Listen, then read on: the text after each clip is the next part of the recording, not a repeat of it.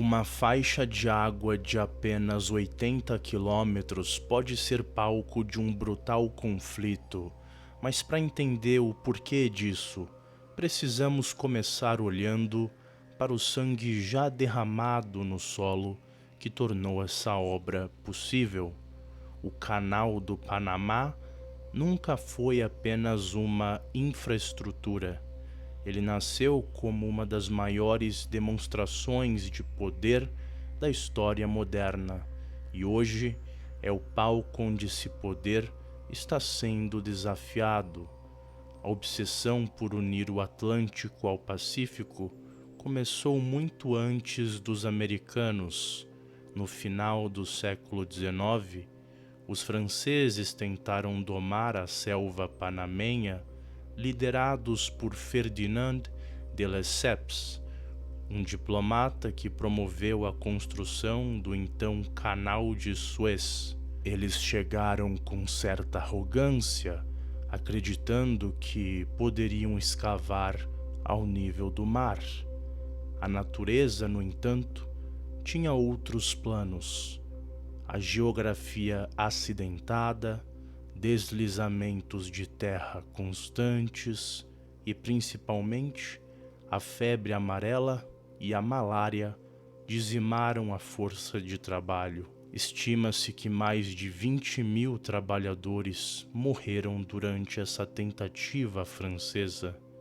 O projeto faliu em 1889, deixando para trás máquinas enferrujadas e um cemitério a céu aberto. Foi então que, alguns anos depois, entraram os Estados Unidos, sob a liderança do presidente Theodore Roosevelt, no início do século XX. Roosevelt viu o canal como algo além de um negócio. O canal era uma necessidade militar existencial. Após a Guerra Hispano-Americana, ficou claro que a Marinha Americana precisava mover frotas entre oceanos rapidamente, sem ter que dar a volta perigosa na América do Sul. Quando a Colômbia, que detinha a soberania sobre o Panamá, recusou os termos americanos para a construção, Roosevelt não hesitou.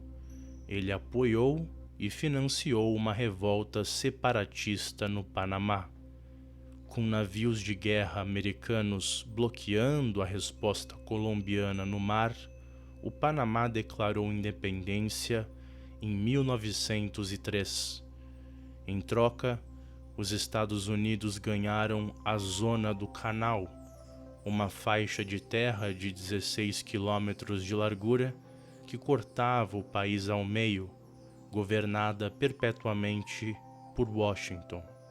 A construção americana, iniciada em 1904, engenheiros americanos desistiram da ideia francesa de um canal ao nível do mar e criaram um sistema engenhoso de eclusas, represando o rio Chagres para criar o lago Gatun, na época o maior lago artificial do mundo. Foi uma batalha de 10 anos.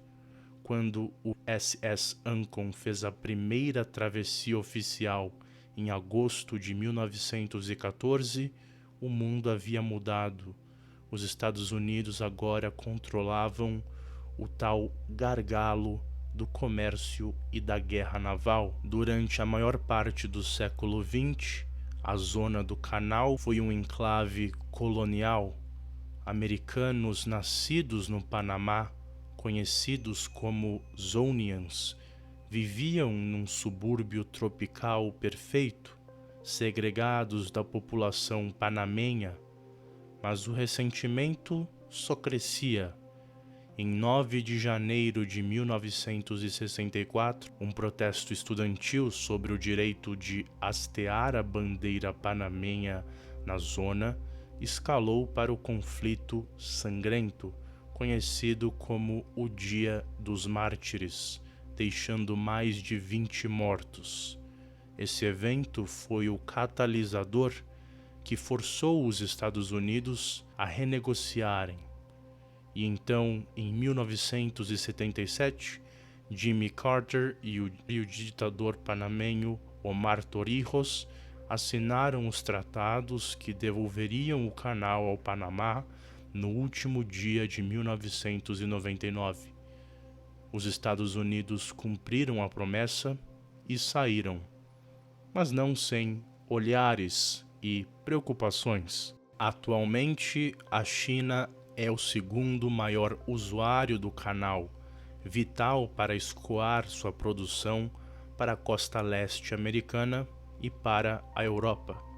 Priorizando o pragmatismo econômico em detrimento de alianças exclusivas, o Panamá busca apoio financeiro tanto no Oriente quanto no Ocidente. Na última década, o país atraiu investimentos chineses substanciais para o canal, o que ampliou a influência de Pequim na região. A China é vista como um parceiro atraente pela rapidez e volume de seus desembolsos, superando a agilidade de credores ocidentais como o FMI ou principalmente os próprios Estados Unidos. Em contrapartida, Pequim garantiu controle estratégico de longo prazo sobre portos e centros logísticos vitais para suas cadeias de suprimentos.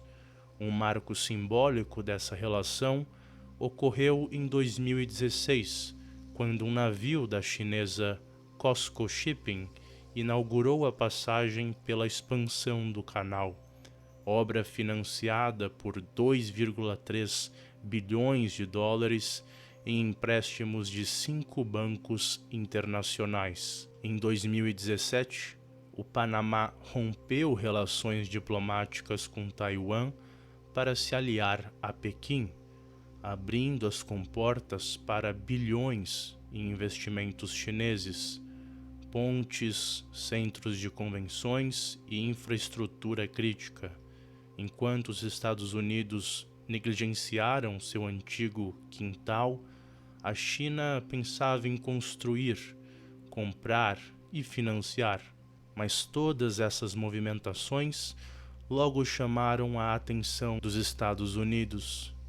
Em 2018, o então secretário de Estado dos Estados Unidos, Mike Pompeo, visitou o Panamá e sinalizou que a expansão de Pequim poderia ter consequências estratégicas negativas.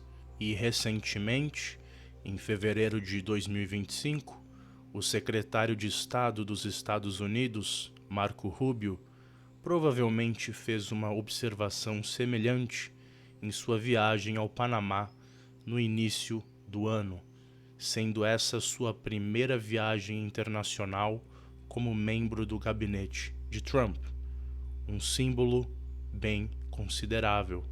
Num resumo da reunião, o Departamento de Estado dos Estados Unidos afirmou que o secretário Rubio deixou claro que esse status quo é inaceitável e que, na ausência de mudanças imediatas, exigiria que os Estados Unidos tomassem as medidas necessárias para proteger seus direitos sob o tratado.